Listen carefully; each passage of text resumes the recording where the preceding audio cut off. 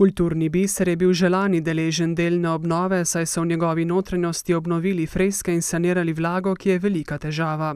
V drugem koraku pa bomo popravili vlago na portalu, na vhodu tega paviljona. Zato smo kandidirali na državna sredstva in tudi na Ministrstvu kulture uspeli z svojim zahtevkom v višini 20.000 evrov. Je pa to namenjeno za 2 leti, torej za leto 2017 in 2018.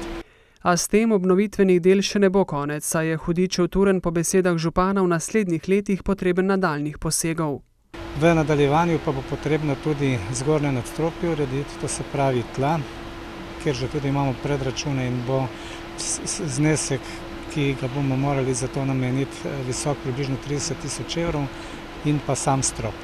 Trudijo se, da bi ga obdržali vsaj v takšnem stanju, če ne celo boljšem, kot je sedaj, saj ga tudi sami uporabljajo v različne namene. Uporablja ga za poroke, za neke gala prireditve, za gala koncerte, take, ki so za sladokusce. Sprejme okrog 60 poslušalcev, 60 obiskovalcev in v takem okviru je zelo zaželjen. Zaradi svojega izjemnega ambienta, arhitekture in akustike se v njem odvijajo prvovrstne in kakovostne prireditve.